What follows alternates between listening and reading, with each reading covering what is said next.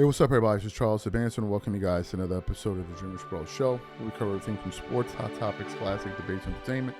We'll give you guys a fresh perspective on things and how we see them. So let's get into this topic here. Today, we're going to be talking about hating ass Rich Paul and Clutch Sports and their whole movement, man, because that's all they do is hate, man. But now it looks like Max Kellerman himself had to push back a little bit. As you guys know, Rich Paul and Max Kellerman got a podcast together called Game Over, right? And their most viral clips is of them hating on other players.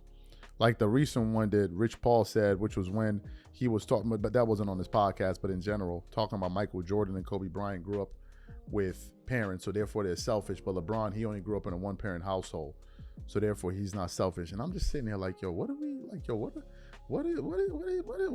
Like, who is it? Who mans is this, bro? Like, who mans is this? What is he talking about?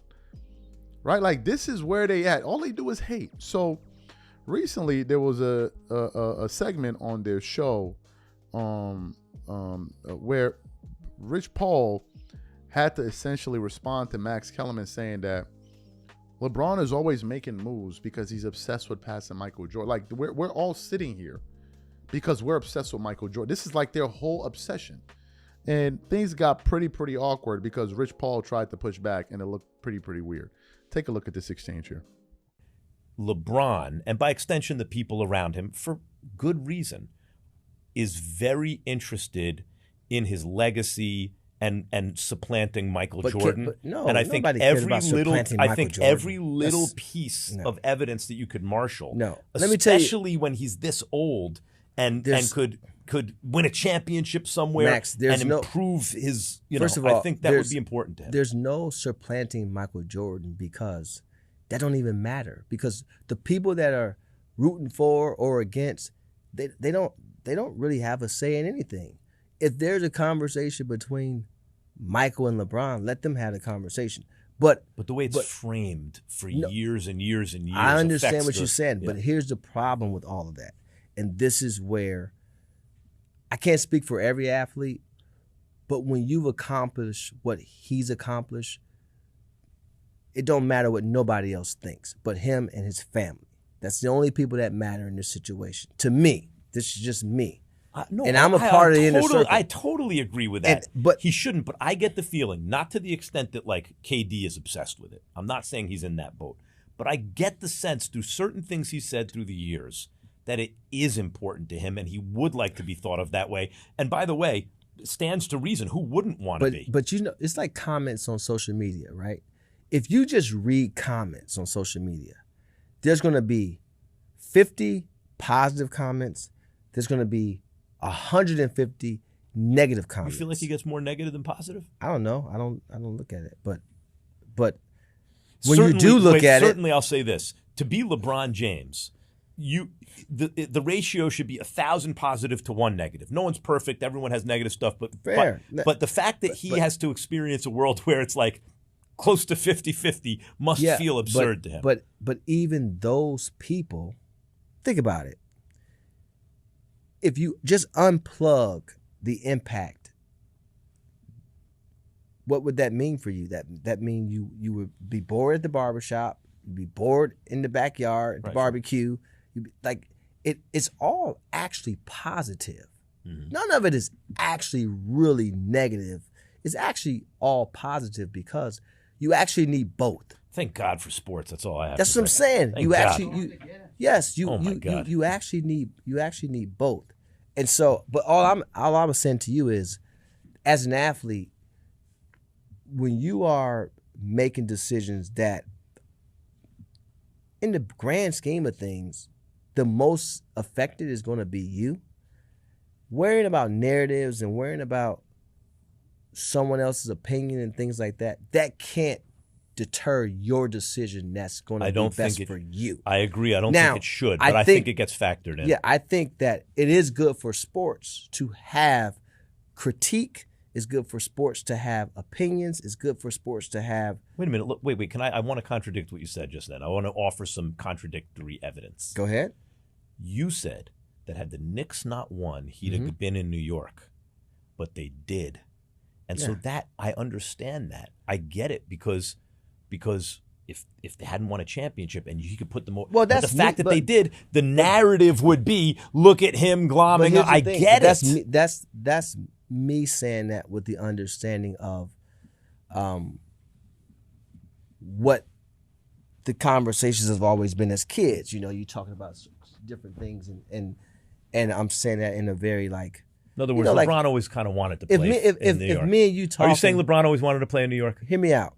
So, because sometimes this stuff is taken a little out of context, but if me and you are talking, and I'm like, man, if it wasn't for that, that wouldn't even been a thing. That we wouldn't even be. I'm saying it in that context of things, because when you think about it, if you now it may be now obviously it's too late today, but just thinking back, it's a match made in heaven. You know, when you talk about just the height of the person, the media market that is, the consumer perspective of things, all those different things. The day of the decision, I knew that the Knicks were a kind of mess and all that stuff, but I thought he has to be coming to the Knicks, because if LeBron James wins a championship in New York City, when he chose the Heat, I was doing a radio show, Max Kellerman show, ESPN, at a Two Penn Plaza right above the Garden.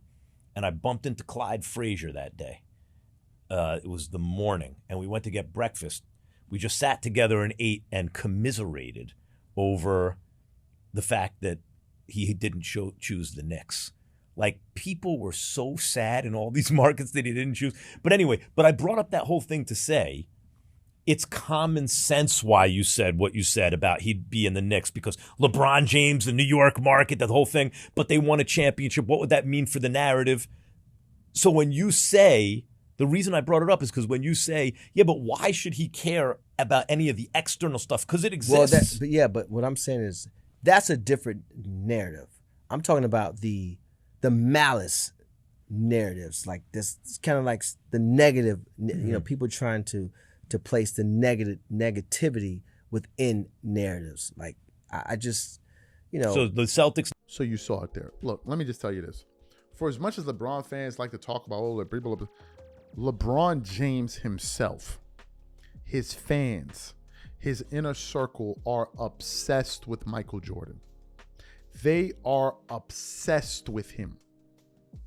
Their whole purpose is trying to convince the world that LeBron is a better basketball player than Mike. That is their whole goal in life. Everything they do is towards that goal. Even Nick Wright. Everything he says comes back to that point. Shannon Sharp, that's what they all do. They have this obsession with trying to convince people that their guy is somehow a better basketball player than Michael Jordan. Look at how many times Rich Paul has talked about Michael Jordan on his podcast. Look at the amount of times that people like Nick Wright have trolled Michael Jordan. Look at the fan base. We're done with the 90s. They're doing this. The LeBron fans are the only ones that think this GOAT debate is a real thing. Everybody else doesn't. They're the only. Do you realize LeBron fans are the only ones that think LeBron is the greatest player of all time? All other NBA players don't feel the same. All the other NBA players, fan bases, they don't think that. It's just this group. And they are obsessed with it. Every single day, week, month, they're always bringing up this GOAT debate. Always bringing it up. Always bringing it up. They just can't help themselves. Even Shannon Sharp that's trying to turn himself into a victim. Oh, man, why you always getting at LeBron James, man? Why you always get... Wasn't he the same one on ESPN? They'll be talking about a random topic. Well, all I know is that somebody in Washington, D.C. couldn't do that. Somebody in Chicago. This is what they do. They're obsessed.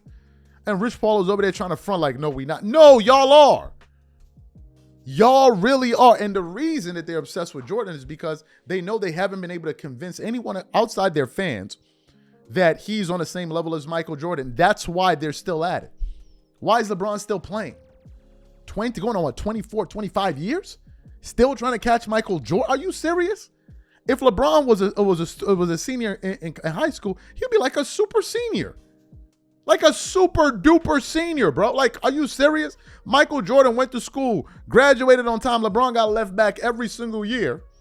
But his fans, wait a minute, isn't it impressive? No, man. You still at it? You're still trying to catch Jordan? 4 titles in 24 years is nasty work. It's nasty work. It's just insane. And they think, oh, it shows nothing. Jordan had 12 opportunities with the Bulls. 12. And he got 6. LeBron is going on 24 opportunities. 24! And only sitting on 4 rings? And y'all want people to clap for that? Man, y'all better knock it off, man. Like, these guys, I don't know what to say.